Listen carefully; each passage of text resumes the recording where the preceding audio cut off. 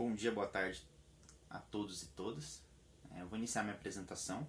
Essa fala consiste na comparação entre dois contos: Marina Intangível, do Murilo Rubião, e O País das Quimeras, do Machado de Assis. Nessa comparação, eu pretendo elucidar como se constrói o modo fantástico nessas duas narrativas.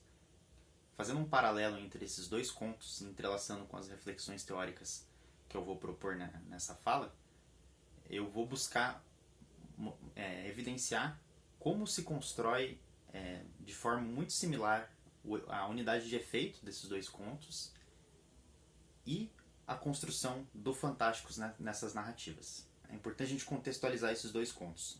A Marina Intangível foi publicada a primeira vez na Revista do Brasil do Rio de Janeiro, em 1944. Posteriormente foi incluído no primeiro livro de contos do Murilo Rubião, que é O Ex-Mágico, em 1947. O País das Quimeras, do Machado de Assis, foi publicado na revista O Futuro, em 1862. O Machado de Assis tinha apenas 17 anos na publicação desse conto. É o segundo conto dele e a primeira incursão na narrativa fantástica. Então, assim, dado esse contexto, eu queria ler uma citaçãozinha de uma entrevista que o Rubião concedeu, e ele vai falar da influência que o Machado trouxe nele, né? Ele fala assim: quem não acredita no mistério não faz literatura fantástica. Aliás, o fantástico já existia entre nós, mas só no Machado de Assis. Eu cheguei ao fantástico exatamente por ter começado pelo Machado. Sem ele, eu não chegaria ao fantástico nunca. É importante a gente trazer essa citação porque é o primeiro conto fantástico do Machado de Assis e ele tem uma proximidade imensa com esse conto do Murilo Rubião, assim, tanto em estrutura quanto em temática. E esse mistério de qual fala o Rubião fica bem evidente nessas duas narrativas, assim. Então, antes da gente iniciar as reflexões teóricas, vou fazer uma breve sinopse dos dois contos, assim. Na Marina Intangível, é sobre um jornalista que trabalha num jornal vespertino, entretanto ele faz o plantão noturno. Então, evidentemente, ele é um profissional frustrado, quase nunca tem as suas publicações no jornal, e ele escreve poemas bíblicos. Tem uma relação com a Bíblia tal como o Rubião. Ele está sozinho, de noite, lá no jornal, e uma criatura vem invadir essa tranquilidade dele, e é onde começa a se desenvolver a narrativa. No caso do O País das Quimeras, é um poeta frustrado, que está sozinho no seu quarto, tendo devaneios, pensando sobre viagens, e para sobreviver ele tem que vender os seus versos. Então ele vende os versos para um personagem que tem a necessidade da fama do poeta, né? Então ele vai procurar o Tito para comprar os versos deles como se fossem deles, assim, né? Então, já nessa breve sinopse a gente consegue tecer comparações nessa frustração e angústia desses dois personagens, né? Ambos escritores. Com relação ao Rubião e a concisão dele, algo que também existe no Machado, mas no Rubião ela é ainda mais depurada, isso se dá muito pela forma como o Rubião trata a linguagem nas narrativas deles, né? O Rubião só trabalhou com contos a vida inteira dele e só dentro do fantástico, né? Tem um artigo da Mariana Silva Franzin que ela traz uma reflexão muito interessante, a qual a gente vai fazer uma conexão com as reflexões do Edgar Allan Poe. Eu vou ler aqui duas citações do artigo dela.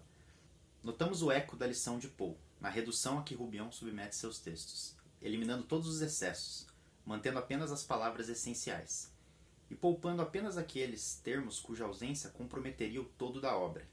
Isso denota que o autor mineiro aceita como herança a busca pela unidade de efeito ou impressão poeana.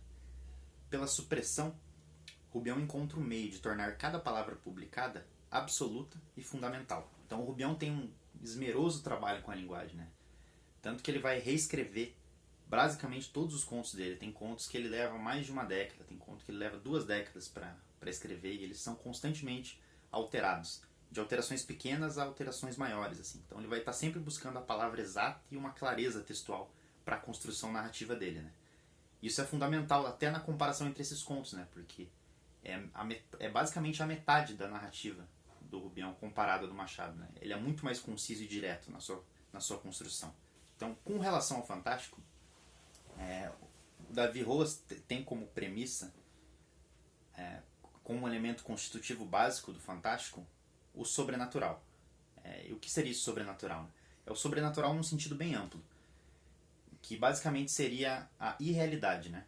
Algo que a gente desconhece, algo impossível que simplesmente vai invadir essa narrativa previamente construída, né? Então, assim, existe um conflito entre realidades, entre a nossa realidade, que a gente conhece, crível, e esse sobrenatural que vai invadir ela. Entretanto, não é apenas no conflito entre essas realidades que se faz o fantástico. Por quê? Segundo ele, tem dois aspectos fundamentais da construção do fantástico, como o modo literário que a gente quer propor aqui. Uma delas é a necessidade da construção do texto. Por quê? O escritor precisa codificar essa narrativa de acordo com a nossa realidade e de acordo com que o leitor possa se identificar a esse texto, né? Então, ele tem que ter um trabalho constitutivo dessa realidade verossímil. E um segundo aspecto seria a integração do leitor nesse texto. Então ele precisa se identificar com essa realidade e fazer parte dela, né? Se colocar dentro dessa realidade. Porque aí o conflito vai gerar realmente esse efeito fantástico, né? Porque ele vai estar ali dentro de uma realidade que ele acha que é natural, que é normal, e de repente ela é irreal, ela é impossível. O fantástico se define e se distingue por propor um conflito entre o real e o impossível. E o essencial para que tal conflito gere um efeito fantástico não é a vacilação ou a incerteza em que muitos teóricos, a partir do ensaio de Todorov, continuam insistindo, e sim a inexplicabilidade do fenômeno, que é o que acontece nos dois contos, entretanto de formas diferentes. Com relação a Remo Cesarani, eu vou utilizar um capítulo dele, onde ele trata dos procedimentos formais e sistemas temáticos comuns ao fantástico.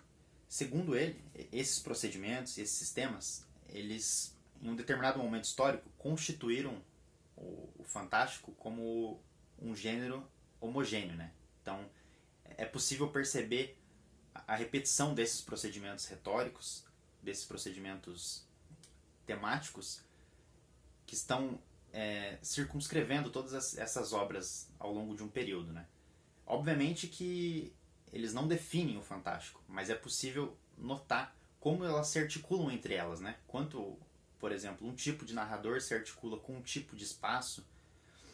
Aqui a gente vai buscar trazer algumas desses sistemas temáticos e dessas formas que o Cesarani categoriza e que estão incluídas nesses dois contos.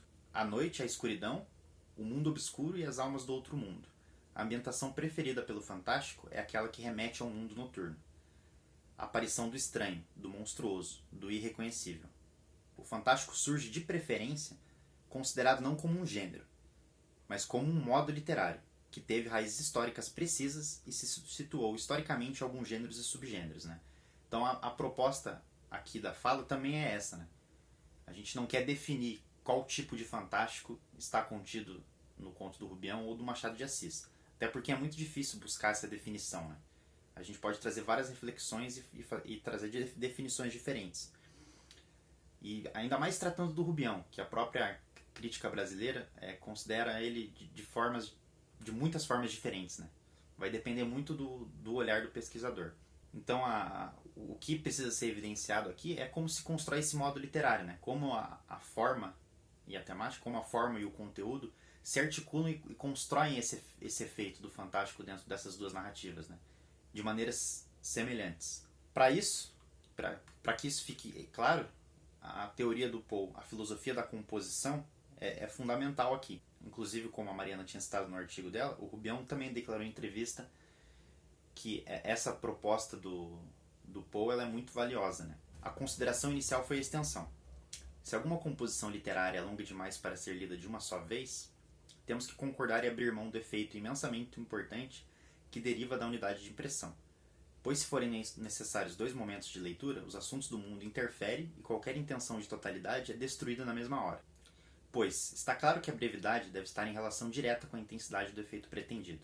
Então são dois contos curtos e concisos, um mais que o outro, mas mesmo assim essa proposta está muito evidente, né? O Poe também fala nesse texto que um escritor só deve começar a escrever quando ele sabe o final da sua narrativa, porque ele consegue construir toda a sua narrativa em prol daquele final, né? Porque ele já sabe o que ele quer com essa narrativa. E é o que me parece acontecer nesses dois contos aqui. Eles se estruturam de forma extremamente próxima. Todavia, no caso do Machado, há uma construção mais delirante, mais pormenorizada, mais elementos. Mas mesmo assim essa unidade de efeito não se perde. Então é fundamental que se leia esses contos do início ao fim, né? O que acontece geralmente na narrativa do conto, né? Por isso que existem propostas de autores onde eles comentam que o fantástico se articula melhor na narrativa curta justamente por esse efeito, né? Agora, iniciando a comparação entre os contos. No início de ambos eles. Agoniado pela ausência de ruídos na sala, levantei-me da cadeira e quis fugir. Não dei sequer um passo e tornei a sentar-me. Eu jamais conseguiria romper o vazio que se estendera sobre a madrugada. Os sons teriam que vir de fora. Em O País das Quimeras. Absorto nestas e noutras reflexões, estava o meu amigo Tito, poeta aos 20 anos, sem dinheiro e sem bigode, sentado à mesa, carrunchosa do trabalho, onde ardia silenciosamente uma vela. Que a gente percebe que são tipos de narradores diferentes, né? Um em primeira pessoa e o outro em terceira pessoa. E é interessante aqui já notar como o silêncio também está nessas duas narrativas, né? A solidão aliada ao silêncio e aquele ambiente deles de trabalho, de reflexão, né? Que no caso é um pouco dos dois. E aí, essas duas realidades ali são irrompidas por algo que a gente ainda não sabe o que é, em Marina Intangível. Afinal, duas pancadas longas e pesadas, que a imobilidade do ar fez ganhar em volume e nitidez, ressoaram, aumentando os meus sombrios pressentimentos. Em O País das Quimeras. Estava o poeta nessas averiguações quando ouviu que batiam à porta 3 pancadinhas. Quem seria? Quem poderia ir procurar o poeta àquela hora? Então, essa curiosidade atiça não só os personagens, como o leitor, né? Vou ler aqui mais 2 citações do Poe que conversam diretamente com essas passagens. O próximo ponto a ser considerado foi o modo usado para juntar o amante e o corvo. O primeiro aspecto desta consideração é o lugar. Sempre me pareceu que um espaço bem circunscrito é absolutamente necessário para criar o efeito de incidente isolado. A ideia de fazer o amante supor, no primeiro momento, que o bater das asas do pássaro contra a janela era uma batida na porta, originou-se de um desejo de aumentar a curiosidade do leitor. Então, assim, aí seguindo nos 2 contos, né? Porém, ao descerrar as venezianas, deparei com a fisionomia de um desconhecido. Rapidamente afastei os olhos noutra direção. Aquela cara me incomodava. Toda ela era ocupada por um nariz grosso e curvo. Tornei a observar o intruso e vi que me olhava com insistência. Aqui no Marina Intangível. Mas, pasmo, mal o poeta abriu a porta, eis que uma sílfide, uma criatura celestial, vaporosa, fantástica, trajando vestes alvas, nem bem de pano, nem bem de nevas, uma coisa entre as 2 espécies, pés lígeros, rosto sereno, insinuante, olhos negros e cintilantes, cachos loiros. A descrição do Machado de Assis é muito mais pormenorizada, né? Existem diversas características dessa criatura. No Murilo Rubião, esse delírio, essa quantidade excessiva de elementos vai acontecer mais pro final do conto, mas ela também existe, né? No Machado, como a extensão é maior, ele consegue trabalhar com muitos mais elementos. Aqui, só voltando rapidamente no Poe, esse espaço circunscrito é fundamental nos 2 contos, né? Tem poucos espaços, principalmente no conto do Rubião, né? Que é basicamente o jornal, os cômodos ali, e o jardim, que é de suma importância pro conto. E no País das Quimeras tem a casa do poeta e basicamente o País das Quimeras em si, que lá aí tem uma descrição do espaço um pouco diferente, né? Mas são espaços isolados por si que conseguem construir esses efeitos, né? E aí o que acontece? Essas criaturas que invadem essa realidade, que instauram a inquietude, a estranheza, vão tentar auxiliar esses escritores, né? No Rubião, vai tentar ajudar na composição do poema. E no poeta do Machado de Assis, no Tito, vai levar ele até o País das Quimeras, vai levar para uma viagem para que ele conheça um outro mundo. Então essas experiências pelas quais eles vão passar, essa experiência insólita, vai afetar ambos ao final dessas 2 narrativas, né? Traga as rosas, exigiu logo que chegamos perto de uma mangueira. Desanimado de formular uma objeção a meu roeiro íntimo, fui buscá-las e as entreguei. estava arrasado. Nem as flores que nunca eram apanhadas e se desfolhavam ao sabor do tempo escapavam à virulência do desconhecido, e eu, fraco, entregava-me a seus caprichos. O jornalista em A Marina Intangível aqui, ele hesita um pouco em aceitar ajuda, mas logo ele vai aceitando e se entrega totalmente a essa criatura. E essa questão do jardim é fundamental, porque ele demonstrou um carinho por esse jardim em um determinado momento da narrativa, e é justamente através dele que o poema também vai ser construído, né? Não só através dessas aparições. E aí no conto do Machado, quando o Tito já está no País das Quimeras, afinal penetraram na grande sala. O próprio soberano tinha por coifo um pavão, vivo, atado pelos pés e uma espécie de solidel, maior que os dos nossos padres, o qual por sua vez ficava firme na cabeça por meio de 2 largas fitas amarelas, que vinham atar-se debaixo dos reais queixos. Passando ao final do conto Marina Intangível. Aqui começa o delírio e o fantástico de um modo mais amplo, né? Uma amplitude muito maior das descrições e da irrealidade. Vieram os padres capuchinhos, galgaram ágeis o muro, soprando silenciosas trombetas. 10 muros tinham saltado e ainda teriam que saltar 10. Um pouco atrás vinha a filarmônica Flor de Lis, com os pistonistas envergando fardas vermelhas. Tocavam seus instrumentos separadamente e sem música, simplesmente soprados. Encheram a noite de sons agudos, desconectos, selvagens.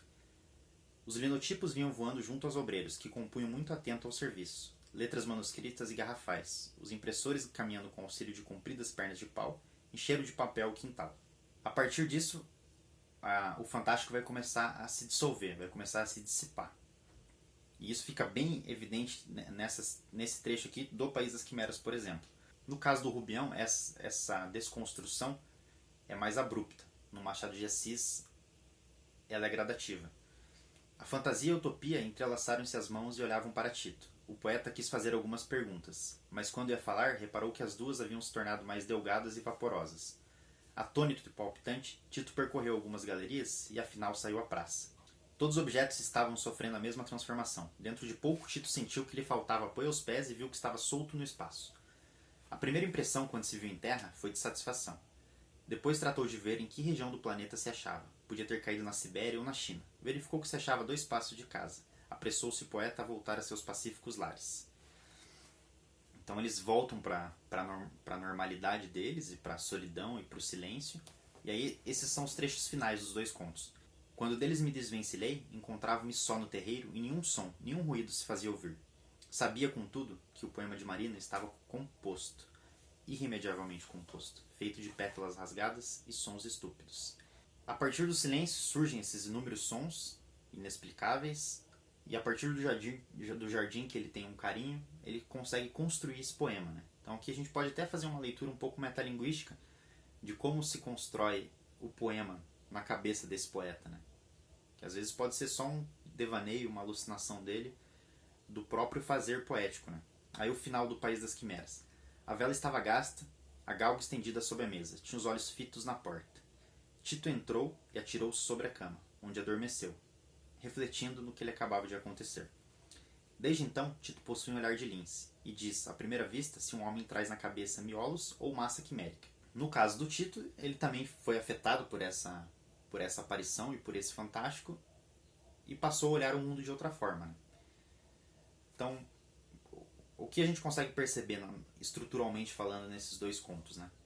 A gente tem uma introdução do mundo real, verossímil e crível, de personagens frustrados que estão sozinhos em silêncio à noite. Essa realidade tranquila, entre aspas, mas angustiante, é invadida pelo elemento sobrenatural, é invadida pelo fantástico, que vai se dissipar para, ao fim, mostrar como essa experiência insólita afetou esses 2 escritores, né? Obviamente que tem uma diferença de extensão das narrativas, mas o efeito e a unidade de efeito acontece muito bem articulada em ambas elas. Então, a nossa fala consiste nisso. As referências utilizadas são essas. Muito obrigado a todos e todas.